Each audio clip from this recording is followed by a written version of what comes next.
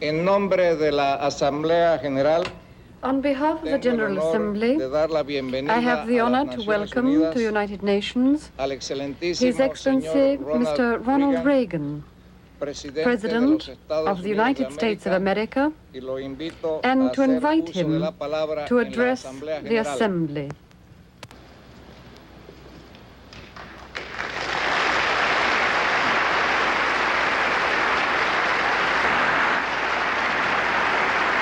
Thank you.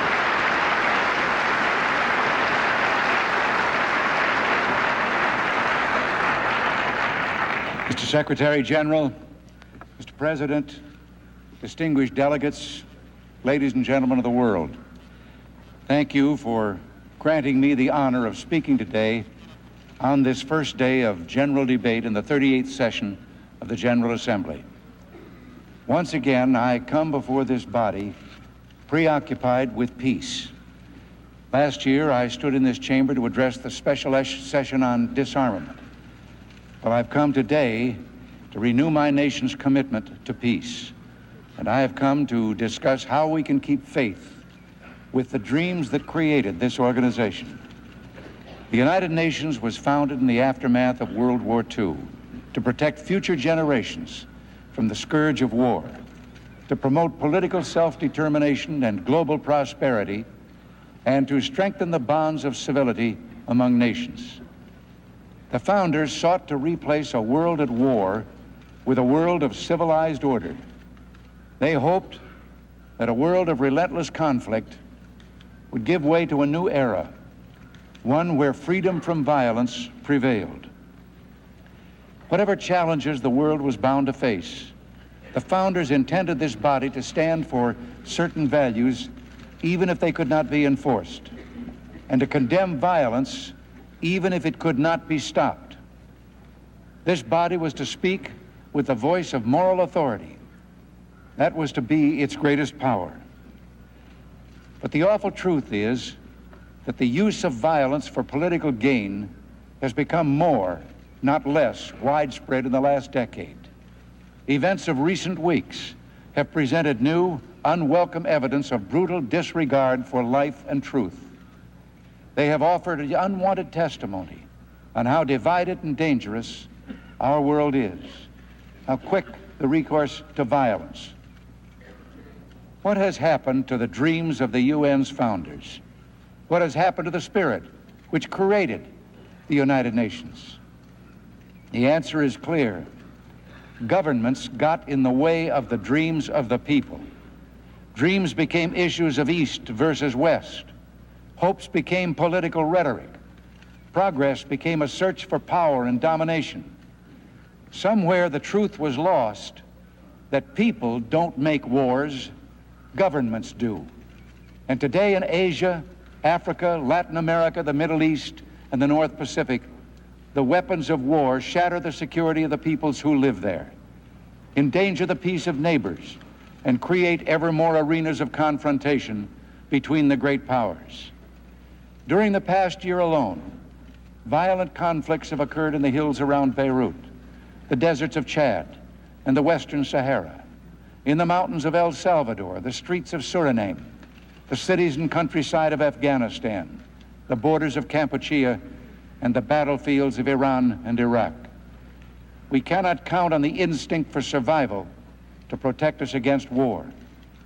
Despite all the wasted lives and hopes that war produces, it has remained a regular, if horribly costly, means by which nations have sought to settle their disputes or advance their goals. And the progress in weapons technology has far outstripped the progress toward peace. In modern times, a new, more terrifying element has entered into the calculations: nuclear weapons. A nuclear war cannot be won, and it must never be fought. I believe that if governments are determined to deter and prevent war, there will not be war. Nothing is more in keeping with the spirit of the United Nations Charter than arms control. When I spoke before the second special session on disarmament, I affirmed the United States government's commitment and my personal commitment to reduce nuclear arms and to negotiate in good faith toward that end. Today, I reaffirm those commitments. The United States has already reduced the number of its nuclear weapons worldwide, and while replacement of older weapons is unavoidable, we wish to negotiate arms reductions and to achieve significant, equitable, verifiable arms control agreements. And let me add, we must ensure that world security is not undermined by the further spread of nuclear weapons. Nuclear non-proliferation must not be the forgotten element of the world's arms control agenda. At the time of my last visit here, I expressed hope that a whole class of weapons systems, the longer-range INF, intermediate nuclear forces, could be banned from the face of the earth.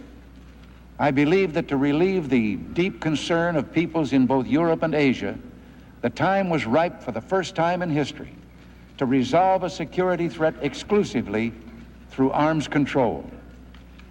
I still believe the elimination of these weapons, the zero option, is the best, fairest, most practical solution to the problem. Unfortunately, the Soviet Union declined to accept the total elimination of this class of weapons. When I was here last, I hoped that the critical strategic arms reduction talks would focus, and urgently so, on those systems that carry the greatest risk of nuclear war. The fast-flying, accurate, intercontinental ballistic missiles which pose a first strike potential. I also hope the negotiations could reduce by 1/2 the number of strategic missiles on each side and reduce their warheads by 1/3. Again, I was disappointed when the Soviets declined to consider such deep cuts and refused as well to concentrate on these most dangerous, destabilizing weapons. Well, despite the rebuffs, the United States has not abandoned and will not abandon the search for meaningful arms control agreements. Last June, I proposed a new approach toward the START negotiations. We did not alter our objective of substantial reductions, but we recognize that there are a variety of ways to achieve this end. During the last round of Geneva talks, we presented a draft treaty which responded to a number of concerns raised by the Soviet Union. We will continue to build upon this initiative.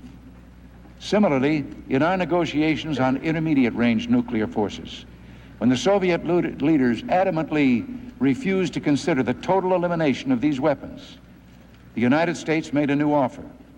We proposed as an interim solution some equal number on both sides between 1 and 0 and 572. We recommended the lowest possible level. Once again, the Soviets refused an equitable solution and proposed instead what might be called a half-zero option. 0 for us and many hundreds of warheads for them. And that's where things stand today. But I still haven't given up hope that the Soviet Union will enter into serious negotiations. We are determined to spare no effort to achieve a sound, equitable, and verifiable agreement. And for this reason, I have given new instructions to Ambassador Nitze in Geneva, telling him to put forward a package of steps designed to advance the negotiations as rapidly as possible. These initiatives build on the interim framework the United States advanced last March and address concerns that the Soviets have raised at the bargaining table in the past. Specifically, first, the United States proposes a new initiative on global limits. If the Soviet Union agrees to reductions and limits on a global basis, the United States, for its part, will not offset the entire Soviet global missile deployment through U.S. deployments in Europe. We would, of course, retain the right to deploy missiles elsewhere. Second, the United States is prepared to be more flexible on the content of the current talks. The United States will consider mutually acceptable ways to address the Soviet desire that an agreement should limit aircraft as well as missiles. Third, the United States will address the mix of missiles that would result from reductions. In the context of reductions to equal levels, we are prepared to reduce the number of Pershing II ballistic missiles as well as ground-launched cruise missiles. I have decided to put forward these important initiatives after full and extensive consultations with our allies including personal correspondence I've had with the leaders of the NATO governments in Japan and frequent meetings of the NATO Special Consultative Group. I have also stayed in close touch with other concerned friends and allies. The door to an agreement is open. It is time for the Soviet Union to walk through it. I want to make an unequivocal pledge to those gathered today in this world arena. The United States seeks and will accept any equitable, verifiable agreement that stabilizes forces at lower levels than currently exist. We're ready to be flexible in our approach, indeed willing to compromise. We cannot, however, especially in light of recent events, compromise on the necessity of effective verification. Reactions to the Korean airliner tragedy are a timely reminder of just how different the Soviets' concept of truth and international cooperation is from that of the rest of the world. Evidence abounds that we cannot simply assume that agreements negotiated with the Soviet Union will be fulfilled. We negotiated the Helsinki Final Act, but the promised freedoms have not been provided, and those in the Soviet Union who sought to monitor their fulfillment languish in prison.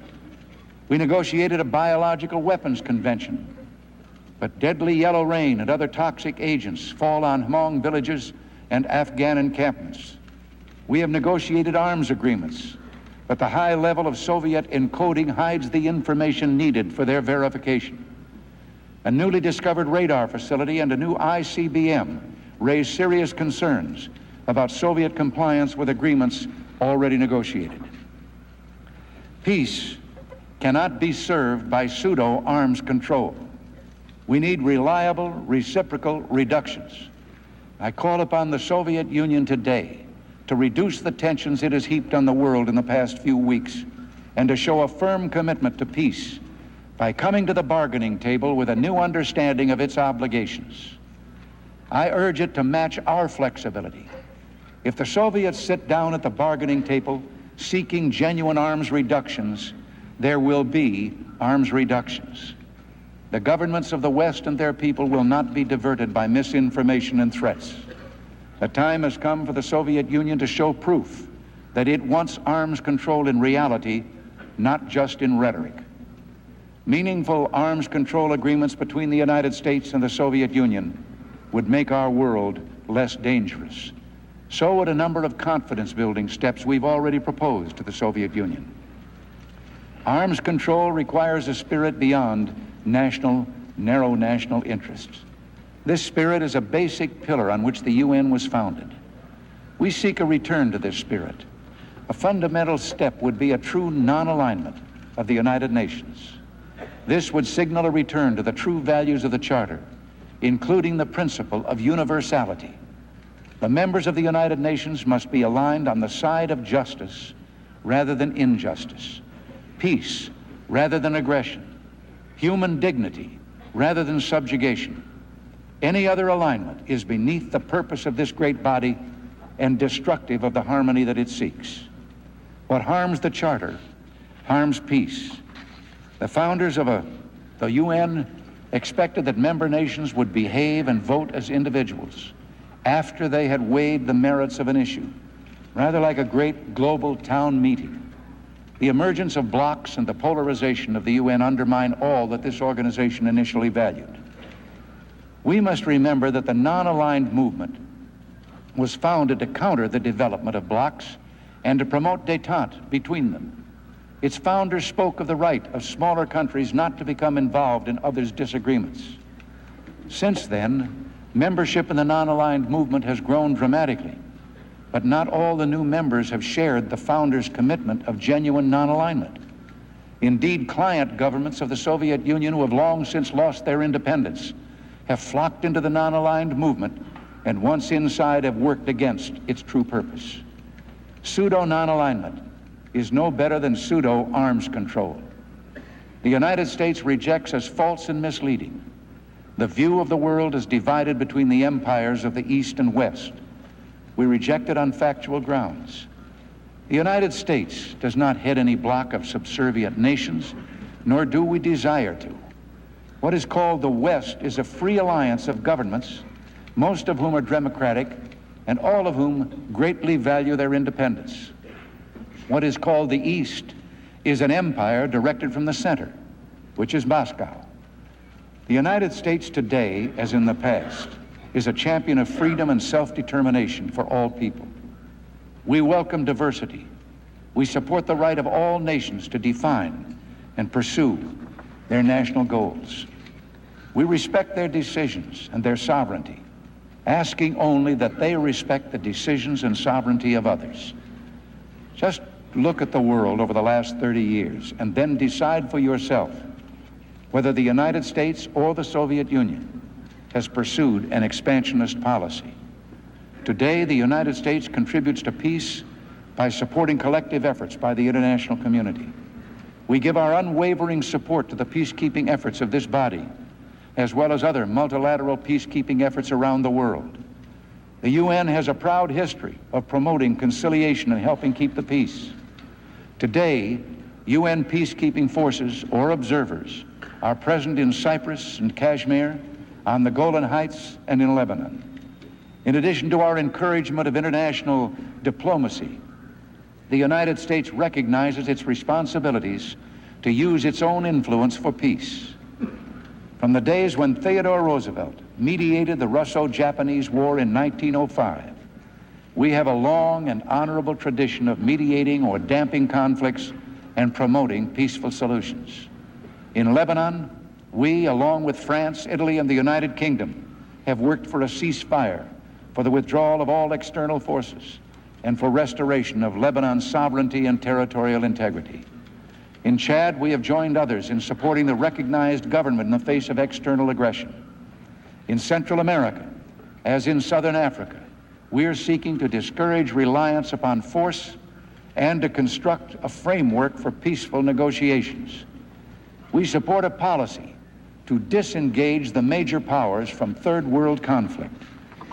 The UN Charter gives an important role to regional organizations in the search for peace. The U.S. efforts in the cause of peace are only one expression of a spirit that also animates others in the world community. The Organization of American States was a pioneer in regional security efforts.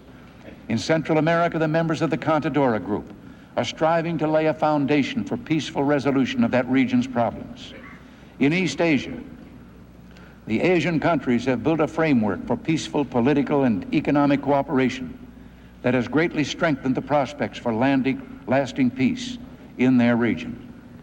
In Africa, organizations such as the Economic Community of West African States are being forged to provide practical structures in the struggle to realize Africa's potential. From the beginning, our hope for the United Nations has been that it would reflect the international community at its best. The UN at its best can help us transcend fear and violence and can act as an enormous force for peace and prosperity. Working together, we can combat international lawlessness and promote human dignity. If the governments represented in this chamber want peace as genuinely as their peoples do, we shall find it. We can do so by reasserting the moral authority of the United Nations. In recent weeks, the moral outrage of the world seems to have reawakened. Out of the billions of people who inhabit this planet, why, some might ask, should the death of several hundred shake the world so profoundly? Why should the death of a mother flying toward a reunion with her family, or the death of a scholar heading toward new pursuits of knowledge, matter so deeply? Why are nations who lost no citizens in the tragedy so angry? The reason rests on our assumptions about civilized life and the search for peace.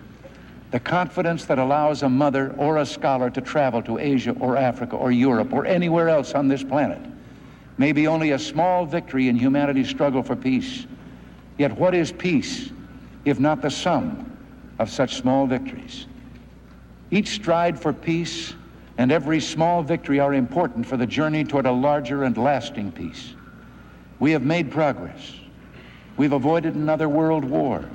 We've seen an end to the traditional colonial era and the birth of 100 newly sovereign nations. Even though development remains a formidable challenge, we've witnessed remarkable economic growth and industrialized among the industrialized, and the developing nations. The United Nations and its affiliates have made important contributions to the quality of life on this planet, such as directly saving countless lives through its refugee and emergency relief programs. These broad achievements, however, have been overshadowed by the problems that weigh so heavily upon us. The problems are old, but it is not too late to commit ourselves to a new beginning, a beginning fresh with the ideals of the UN Charter. Today, at the beginning of this 38th session, I solemnly pledge my nation to upholding the original ideals of the United Nations. Our goals are those that guide this very body. Our ends are the same as those of the UN's founders, who sought to replace a world at war with one where the rule of law would prevail, where human rights were honored, where development would blossom, where conflict would give way to freedom from violence. In 1956, President Dwight Eisenhower made an observation on weaponry and deterrence in a letter to a publisher. He wrote, "When we get to the point, as we one day will, that both sides know that in any outbreak of general hostilities, regardless of the element of surprise, destruction will be both reciprocal and complete, possibly we will have sense enough to meet at the conference table with the understanding that the era of armaments has ended, and the human race must conform its actions to this truth or die." He went on to say, "We have already come to a point where safety cannot be assumed by arms alone. Their usefulness becomes concentrated more and more in their characteristics as deterrents than in instruments with which to obtain victory." Distinguished ladies and gentlemen, as we persevere in the search for a more secure world, we must do everything we can to let diplomacy triumph. Diplomacy, the most honorable of professions, can bring the most blessed of gifts, the gift of peace. If we succeed, the world will find an excitement and accomplishment in peace beyond that which could ever be imagined through violence and war. I want to leave you today with a message I've often spoken about to the citizens of my own country, especially in times when I felt they were discouraged and unsure. I say it to you with as much hope and heart as I've said it to my own people. You have the right to dream great dreams. You have the right to seek a better world for your people. And all of us have the responsibility to work for that better world. And as caring, peaceful peoples, think what a powerful force for good we could be. Distinguished delegates, let us regain the dream the United Nations once dreamed. Thank you.